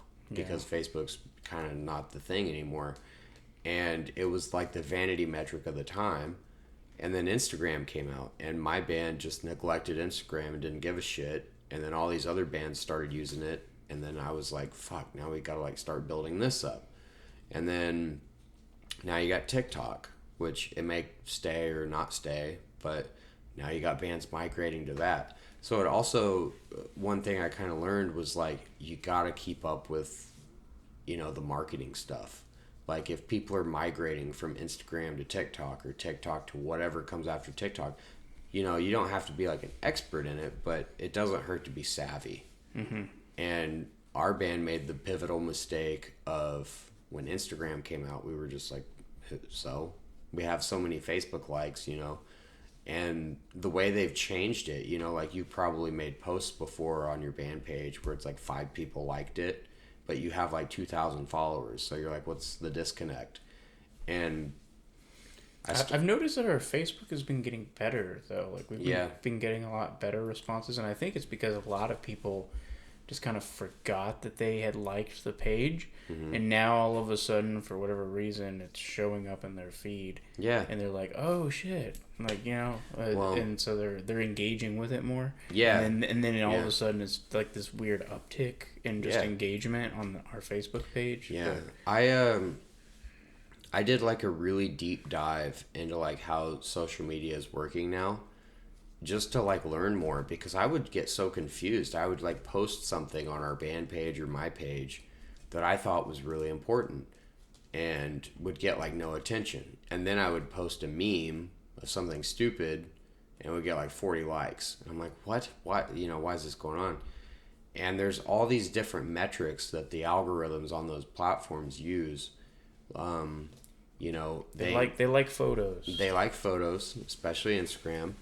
And then obviously TikTok's video. Hashtags work well on some platforms, not on others. The main thing I learned is not posting links. So like on Facebook, when our album came out, I didn't post a link to Spotify or anything. I posted the album artwork. I made a little speech about, this is our album, it's out, this is the name of my band, this is what it means to me, this is why I think it's important. It's out everywhere, go find it. And I gave them the band name and the album name. And most people are smart enough to be able to go find it if they care enough. But I learned that when you post links in your posts, Facebook especially will deprioritize your post and not show it to a lot of people, because whenever they click that link, it takes them off of Facebook. And Facebook, the reason it's free is because they try to keep you scrolling as long as you can, because that way they can show you ads. And that's how Facebook makes money, is showing ads to people. So when you post a link to your Spotify, you're taking people off their app and onto another one. So Spotify's return gesture is, we're not going to show this to anybody. So I would post like a new single, right? And I would be like, here's the link to Spotify or whatever, Bandcamp or Apple Music or whatever. And like 2 people would like it. And I would be like, damn, it was kind of depressing for me. I'd be like, I must suck. It must be horrible. And then I would post a meme about Colonel Sanders and get 100 likes. I'm like, what the fuck's going on? And then I just started researching it, and I was like, links are bad. Just the content of what you post, if you use like profanity, if you use too many hashtags, especially on Facebook, if you post links, just depending on what the image is, the quality of it. There's also certain things you can do. They like it if you tag another page, though. Yeah. Like Anything that keeps them on Facebook. You just don't want to take people off of it. And the other one was, if you can post something that builds engagement. So whenever you post something on Facebook, like I have one grim and non-grim example. If you ever post on Facebook, you'll be like, I need a suggestion on where to eat for lunch. That post is going to get a shit ton of comments and likes, because you're encouraging people to comment and build a conversation, which in turn keeps people on Facebook. So Facebook likes that. It's going to show it to people. The other thing, like say your grandma dies, you post that, Facebook's going to show that to everybody. I like to think it's because they want people to like morally support you, and Facebook's doing like the Lord's work in that case. In reality, what they're doing is, well, this dude's grandma died. Let's show this to everybody, because then they'll comment on it like prayers, thoughts and prayers, whatever, tons of comments. So Facebook's just manipulating people into like commenting, staying on the platform, not leaving it. And people are seeing that more often, because that's what Facebook's promoting, and so it makes a lot of sense. Yeah, so that's why I think there's like a big issue with like headlines that are really shocking, like news outlets using social media in general. I've noticed that even the news outlets have caught up to the link game. So now they'll have the link to their site or something in on the comments, like in the bio or something for their page. Link in bio, and then, or like you said, in the comments. But then they just post a picture of the headline. And like if the headline's really shocking or That's something. yeah, they're doing that because they know how the algorithm works. On Instagram, you just put link in bio and just put your Spotify or website or whatever in your bio. On Facebook, whenever our album came out, I was like, I'm going to do everything different than I've done before. And normally when we would release something, it'd be like, here's the artwork, here's the link to whatever I'm promoting. It would get 10 likes. I would hate myself and think I'm a failure. So for this album, I posted the artwork, said a few things about it. I told them where they could find it and what it's on.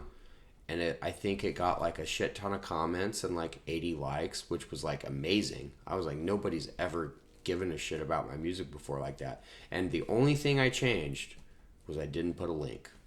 I just put the artwork. I said, go find it. And it worked. And it did great.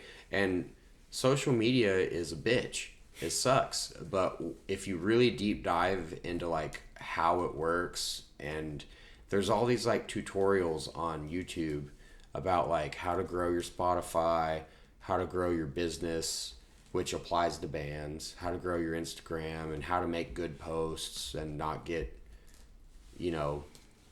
not in favor of the algorithm to where it doesn't show your post to people. There's like a ton of like tools at our disposal and advice on YouTube. And I just never thought to do any of that. Because the last thing you and I want to do as musicians is be on Facebook. Right. It's the last thing we want to do, but we have to.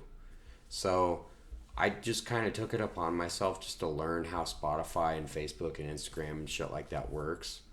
Because in order for the music to do commercial marketing have success in those ways, which I'm not saying it's like super successful, but it's definitely better than what we've been doing before.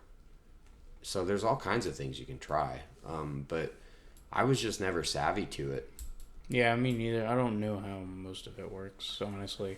Someone even asked me recently, was like, you run ads on like Instagram and Facebook, right? And I was like, no. I have before. I have before too, Yeah. but like I stopped doing it, I don't know, like 5 or 6 years ago. Yeah. Because I was just throwing money away, and I did it like maybe 2 years ago, or maybe actually maybe like 8 months ago. But it was just for a week, and I didn't pay more than like $100. And it was just because I was running a Spotify ad, and I thought, well, maybe I can kind of do it somewhere else too. Yeah. Just to see if it'll like kind of help engagement in some way. And it didn't. So I probably won't do that again. Yeah. But I mean, you gotta find like what works for you. Because I know some guys that have bands and they run like ads for like every show they do. They'll target the city they're going to and target people. Like Facebook and Instagram ads are so like high def now. You could target zip codes, people between this age and this age, people interested in like Metallica, and run your ad about your show to them. right. And that can be useful. If you're willing to take the time to like learn about ads and make good content to like do that. Most of us don't have the time for that shit. I've done that before, but for every show it's a bit much. And like I think the biggest thing too is that it takes a lot of time to figure out who your audience actually is. Because I always thought, okay, my audience is probably younger. Like I thought that, but I'm then opposite. over of the well, and it kind of makes sense like off of your style of music. Yeah. But just from getting the collection of data since we've been releasing music, on Spotify and on Bandcamp and on YouTube, and looking at all of the statistics, our listeners are actually mostly older. They're like our age, maybe mid-20s. So like I think on Spotify we've got like 30% of our listeners, or like 25% of our listeners are between the ages of 22 and 26 or 27. But most of our listeners are actually older than me, even like they're in their mid to late 30s to like early 50s. That's like I think it like combined it's probably like 60% of our listeners. I think ours is like 28 to like 50. So it's a bit broad, but basically just not young people. Not young people and not like super old people, just midlife crisis people. And honestly, that's kind of 70% men. And that's honestly kind of what you want, because I've noticed that young people don't have any money. So like, if you want someone to support you, you want the older crowd to support you now, because they're the people that have money that will go spend money to go see you play and then buy shirts and stuff. And like that's sort of where it's at. I think people are becoming a little more savvy to. I keep seeing this meme go around that's like, hey, whenever a band you like or a business or someone you support, whenever they post something, and you're just scrolling, and like, let's say I post a thing about like, I have a show tonight. Even if you live in Alaska and you're not going to go, all you have to do is hit like. It takes no more effort than scrolling. And that actually helps out the bands or businesses or whatever it is that you're supporting. It helps them out. Because it puts it in someone else's face. Because it puts it in the screen of someone else, and Facebook sees, okay, this post is getting like 20 likes, 10 comments. This must be a popular issue. And then they'll push it out to more people to see. And if you make a post that just nobody engages with or comments on, it's just going to get buried. And if people just become savvy to the fact like, hey, like I like the Infamists, I'm not going to go to the show. I've already listened to the record. But even if you just see it, if you see it, just like it. If you care about that band or that business or your friend, even if you're not going to do anything with what they're talking about, just like it. It takes literally no effort. And that helps out the engagement of that, because then somebody who might go to that show or buy that record might see it. And I've been seeing that meme circulate a lot, and I've realized, like you said, most young people don't have money. Not everybody's going to buy your record. Most people that listen to our record didn't buy it. They listened to it on Spotify. That's fine. But there's all kinds of shit they can do that's free. Like my post. Comment on my post. Share the post. Share the album to your Instagram story that will automatically delete in a day, so it's not even permanent. And like I said, the biggest thing I've learned is just getting people off the bench from like small to large level. Just making people aware, hey, if you see a positive post, even if it has nothing to do with you and you live in another area, just like it real quick. Literally takes no effort. When your album comes out, share it. Just get people, like, pretend you have 100 people in the band and it's all their jobs to help. And trying to do things, like yourself is hard. Like, you and I have lives, and we don't have time to be on the internet all day. We need to write songs. We need to go do things. We have jobs, all this shit. And, it was really kind of depressing, especially, like, during COVID and right after. Like, I definitely had thoughts of, like, what the fuck am I doing this shit? And social media can really make you depressed. Because you make a piece of art and it gets 10 likes. And you're like, well, fuck, Makes you think, like, does anyone care? And then I realized really quick, it's not that they don't care. They're not seeing it. Because I'm not posting it in a way that's engaging. And Facebook is not showing it to people because of the way I'm posting. It's not what I'm posting, it's the way I'm posting it. And once I kind of learned that, my self-esteem just elevated so much, because you and I both have probably had nights where we're like, why the fuck am I doing this shit? No one cares, right? Yeah. And it's not that no one cares. It's just that social media is something that we have to use, and it's bad about not encouraging us to keep going, because it's all about how you post it and what you're posting and who they're going to show it to. Yeah, I think that there's a couple of other elements that are deeper than that, though, honestly. I think just societally, people's attention span is a lot shorter. And that's why TikTok's a big deal. Right, and then you have that element, and then most people can't agree on the basis of what is or isn't rational anymore. Oh yeah, we all hate each And other. yeah, so you have that thing going on. And then you also just like people are disconnected from their local community heavily. And I think that even in Denton, people that think that they're locally connected aren't actually locally connected because they're kind of living in this weird narcissistic Yeah. delusion, because it is a small town, so they think that they're much more important than they actually are to the community, Yeah. I find that a lot with certain artists that I've run into, and even though I really like their art, you kind of see that they're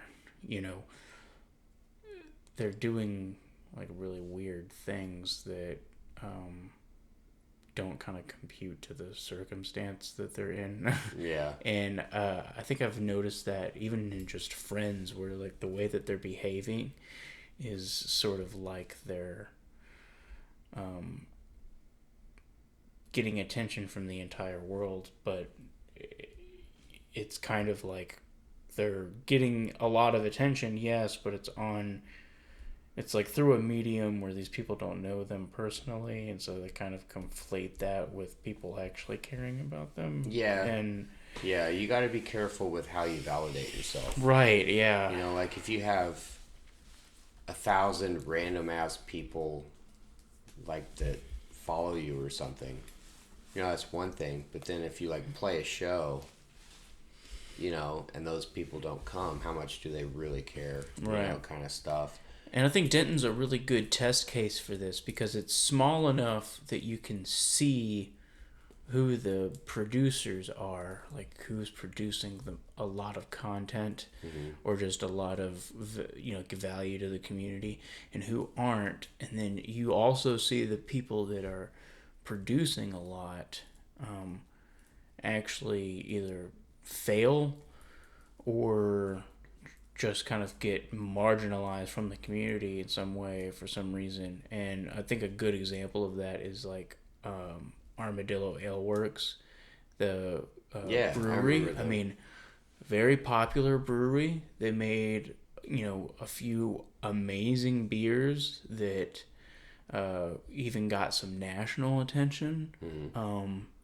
And they were able to operate as a brewery for something like 6 or 7 years. Yeah, it's been a while. And then, for whatever reason, like they couldn't manage the post-COVID world, and they had to shut down.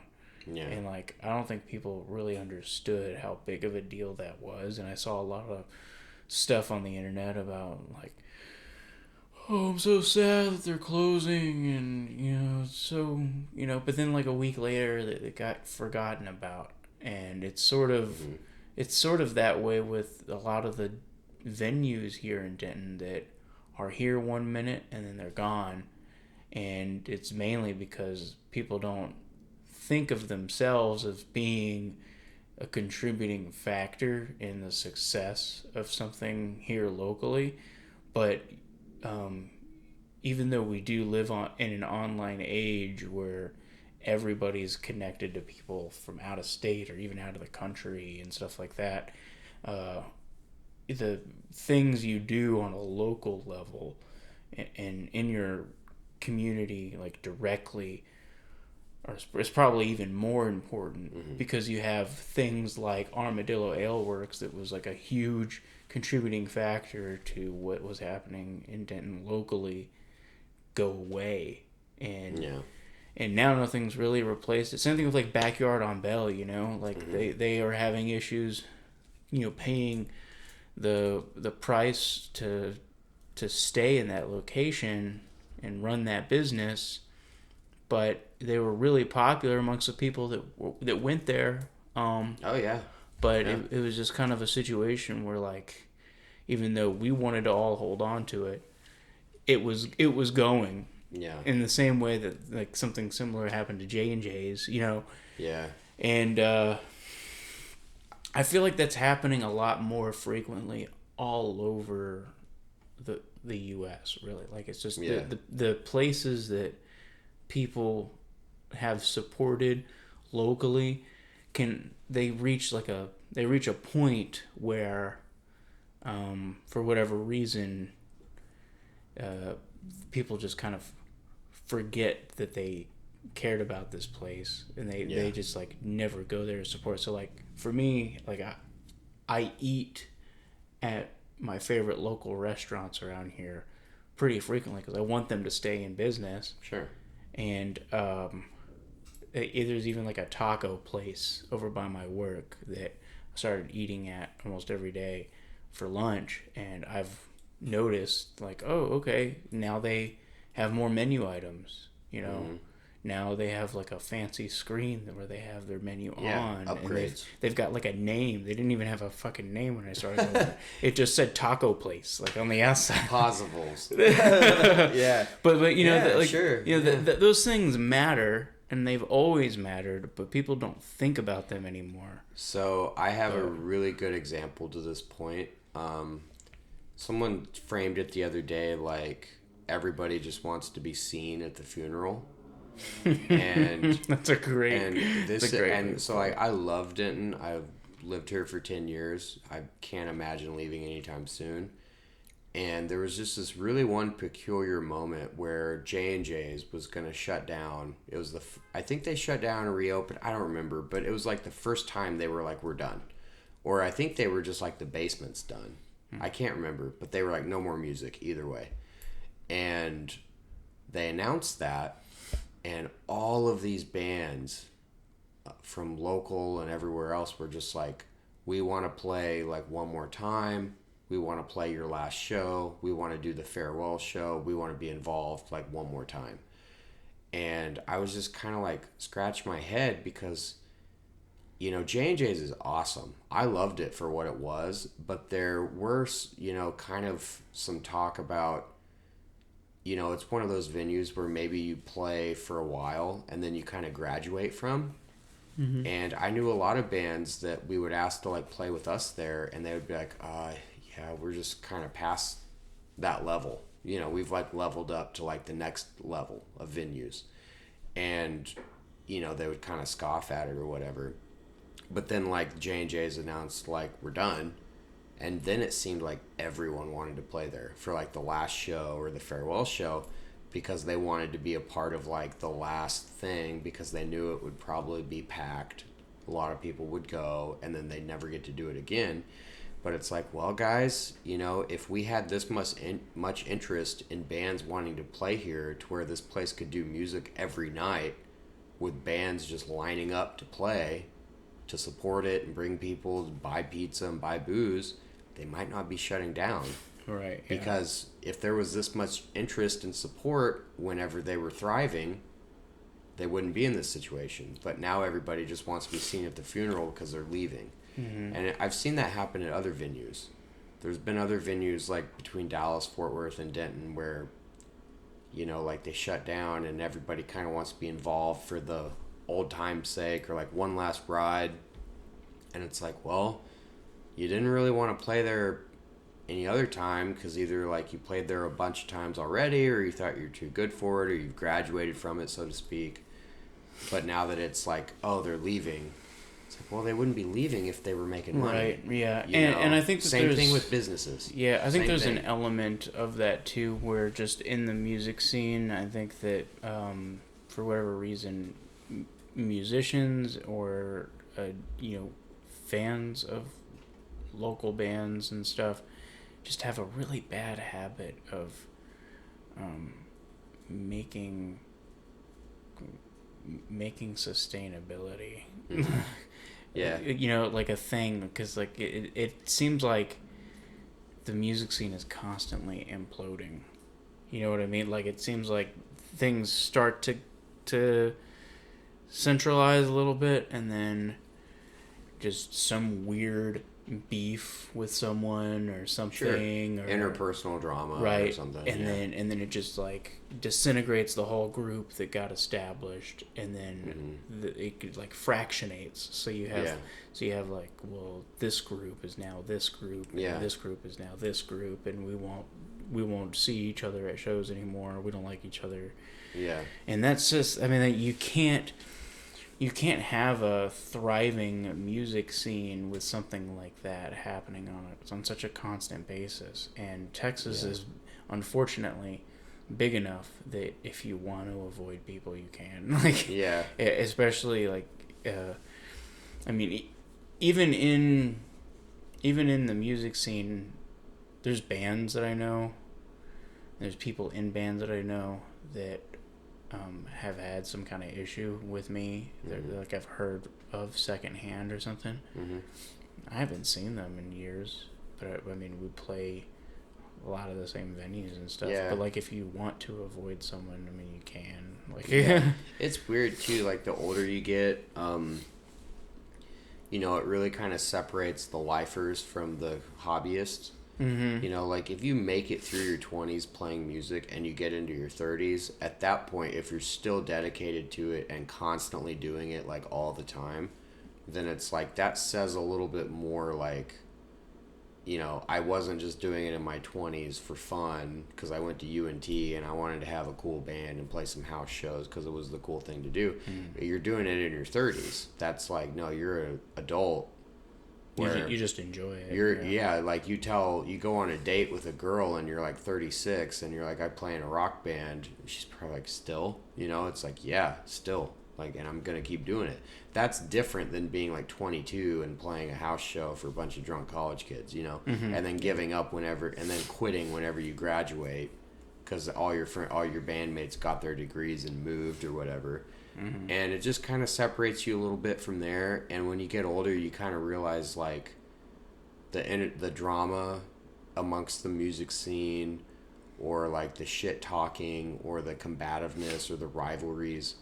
Really, none of it matters. Cause like I used to watch like other bands play, and sometimes I feel that little bit of envy inside of me. Like, well, you know, I feel like my band's pretty good. Why aren't we being received this way? Or like, yeah, that guy's like good at guitar, but you know, maybe I feel like I'm worthy of the attention he's getting. And then you get older and you're just like, you realize the real strength to it is you just have to root for people. Like, when your album comes out, I have to root for you. And when mine comes out, you root for me, and we have each other's back. It doesn't matter if I think I'm better than this guy at something, or if I'm more deserving than this person, or if this person's privileged and spoiled and didn't work hard enough, you know. And you just realize that the most powerful thing you really have in doing all of it, aside from the music, is just connections and friendships and having a loyal establishment that will have your back when it's your time, and then you have their back when it's theirs. Like this past week when we announced we were doing the Dinosaur Jr. show, every single person that said anything to me about it, nobody was like, can you get me free tickets? Can you get us on the show? Can you help us? Can you tell Dinosaur Jr. about us? Nobody was selfish like that. That's good. Nobody was selfish. Everybody was just like, you guys work hard. It's your moment. Go get them. Mm. And that's kind of what everybody, like when you talk about a thriving music scene like you were, that's ideally what I think it is. If like, hey, Michael's band is playing tonight. If you're not playing a show, we're all going to that. And then whenever this other person has a show and you're not playing, we all go to that. And that way everybody has a good show. But, you know, people don't have to like every band. People are allowed to have taste and be picky. But in general, especially for like the underground stuff, you know, like you were talking about fracturing and drama and things like that, yeah, that'll tank it like immediately, because it's the best when it's in unison.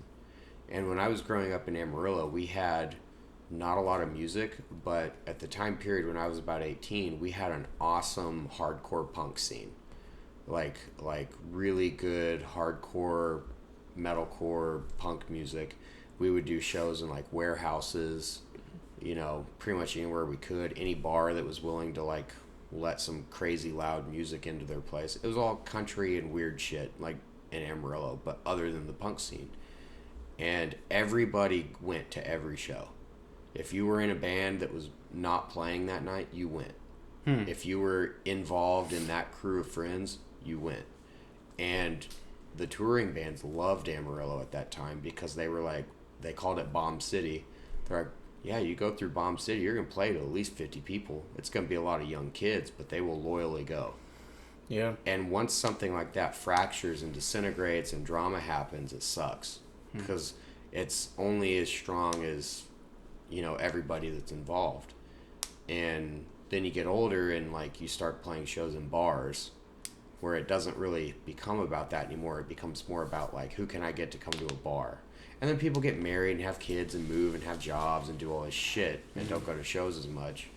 But basically, I think the root of all of this is just the communal aspect.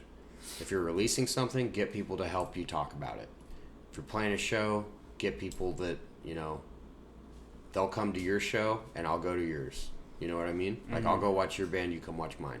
Get people involved like that, because it's really just all about who's on your side when you think about it, Yeah, and I think it's always just better to, have a few really strong supporters that you're close to than it is to have, 1,000 fickle supporters that might not be there in a year. Yeah. And there's bands that have operated that way that, were extremely popular for only 2 or 3 years, and now nobody knows who they are. And like no legacy kind of thing. Yeah. And that happens, and I think that would honestly be harder to deal with. Like, I feel like if I had gotten a lot of attention from my music after the drop of our first album, let's say, and we spent all this time touring on that album and tried to get as much money from it as we could or whatever. I mean, just the stress of that and then having it go away upon the release of like a second album or something, I feel like that would have sucked more than just having an album that didn't do very well and then having another one that did a little better. Like, like it like sets a different expectation. And like you weren't spoiled when your first one came out, right? Like you knew that it would be a grind again. Yeah, like I'm not sure if you remember a Denton artist. Her name Juno. No. Yeah, I don't remember. Okay, well, she came out with a couple of songs and an album that did really good whenever it first came out, and it got a lot of attention. And then she came out with some more music later on, and I don't think it did as well. She hasn't released anything since that. Yeah, it's weird. That's kind of a weird energy, because it, like, they call it the sophomore slump. You have like a great debut.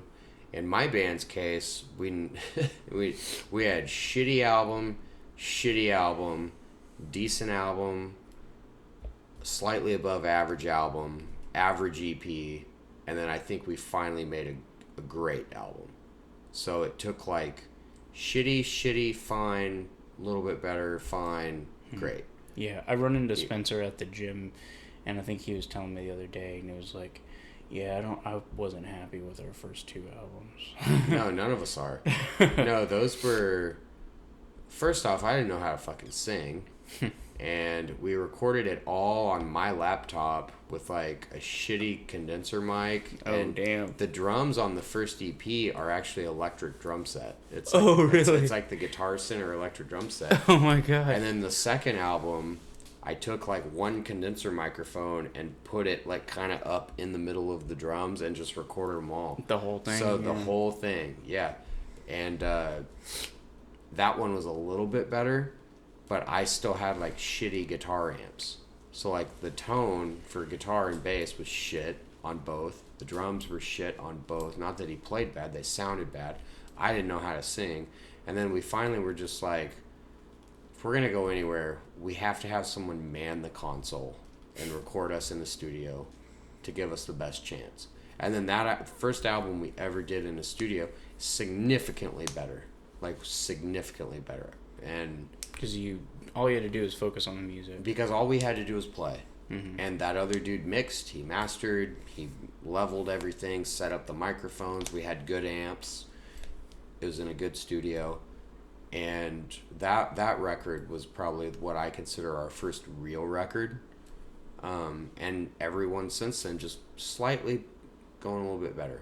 And then finally we got one where I was like, I'm pretty happy with this one. This is the first one where like I would buy it. I probably wouldn't buy our old ones, but I would listen to them if I heard them. You know, it's not bad. This one we finally made, I'm like, this is a good rock album. And maybe we're late bloomers, but we did not have a great debut or a great first few years. You know, we were just trying to do our best. And people were always like, you guys are a lot of fun live. But, you know, nobody was listening to us on Spotify or anything. And they shouldn't have, because it sucked, you know? But my whole goal with this one was like, I want one where I don't want to hear people say you guys are better live anymore. I want one that captures that, you know? Mm-hmm. And it took us 10 years to do that. And some bands, like you said, Juno, mm-hmm. yeah, had a awesome debut and then kind of fizzled out after that. I'm the opposite. We had a shit debut, and it's just been a constant struggle up the rope ladder for 10 years. Mm. So everybody has their own journey, you know? Like Justin Bieber was discovered by Usher on YouTube when he was a 10-year-old. and he became a millionaire, you know, before he's like 18. That's not going to happen to all of us. I know other guys that have been touring across the U.S. for like 40 years, and they've never had a record deal. They've never been on MTV. They've never played the Super Bowl, but they've traversed the country like 50 times. And they did it their whole life and never got any of that stuff. And then there's other guys similar to that have done stuff like that, and then they finally get a payoff. So it's all kind of on fate, you know? Mm-hmm. Like one of us could get discovered on YouTube tomorrow, like Justin Bieber. or you might tour your ass off like you guys do for years and years, and then you don't get a big break until way later, you know? Yeah, I think, do you know who the OCs are? I'm sure you do. I've heard the name, yeah. Okay, well, the lead singer and guitar player of that band, John Dwyer, mm-hmm. he wrote my favorite OCs album, and it's the album that got them, like, a lot of underground attention that kind of pushed them into more of the mainstream, because they've actually had some songs on commercials and shit recently, mm-hmm. too, which is really cool to hear. But they released their album Floating Coffin in 2012, and at the time he was 34 years old, and wow. He's in his like late 40s now, and they're considered to be up there with King Gizzard, and like their music stylistically is a lot like King Gizzard too. Like mm-hmm. a lot of people say that it's very possible that they got their influence from him in a lot of ways. So he didn't become successful till he was in his like mid 30s, late 30s, early 40s, really. And he's probably been playing music since he was 12. Yeah. Because most musicians I know that are knee deep in this shit, like we are, probably started when you were between like 12 and 15, right? Like when did you start? So I got a guitar whenever I was 10, and I took a couple of lessons, but I really didn't pick it up again until I was 15. Yeah, I think I was like 13 when I got my first one, and pretty much everyone I know that does it like on the level that we do it or better started about that time. I don't know anyone who like, yeah, I picked up guitar 5 years ago and now I'm in this awesome band. I don't know anyone like that. Everyone I know that I'm like, that guy's a badass. I've met one guy like that, actually. Really? Yeah, he played in a touring band for like 2 or 3 years, mm-hmm. but he had just been learning how to play guitar for... Was he pretty good? For like 3 years, 4 years. Yeah, he was pretty good. Yeah. It was just, I think it was like a combination of image of the band and kind of weird music. Songs were good. Yeah, it was just like Yeah. it was just like weird music, so they had kind of a cult following. But anyways, this has been fun, man. We'll go ahead and end it here. The name of your album is Less Than Evil, or Live Evil. Live Evil. Yeah. Okay. Palindrome. You know. Okay. Forward, backwards. You know, like race car. I see. I know. Real creative. I know. Cool. Someone was like, "Is it Live Evil? Like a live album?" And That's what I thought. And I was like, "Damn it." Now I gotta explain it. You know, yeah. I really like the artwork. Who did the artwork? This dude on Instagram in Italy. He does collage art. His Instagram is Muff is Hot. But yeah, we just hired him because we liked his art. That's badass. And he doesn't normally do band artwork, but we were like, "Can you do a front and back for album artwork?" And it's like Renaissance era. Yeah, artwork. It's pretty cool. We've actually gotten a lot of compliments on the artwork, and I was like, well, I hope you listen to a song or two, you know. But yeah, it's out on Spotify and Bandcamp and eHarmony, Farmers Only, Tinder, Bumble, whatever the fuck you listen to music on, it's on there. Oh, good. eHarmony. It's on all of it, man. They have some weird commercials now. I don't know if you've ever listen to this shitty band and find true love. Yeah. Well, check out the music, guys. Thanks for listening. So this was a long one. Yeah, I'm a chatterbox, so. All right.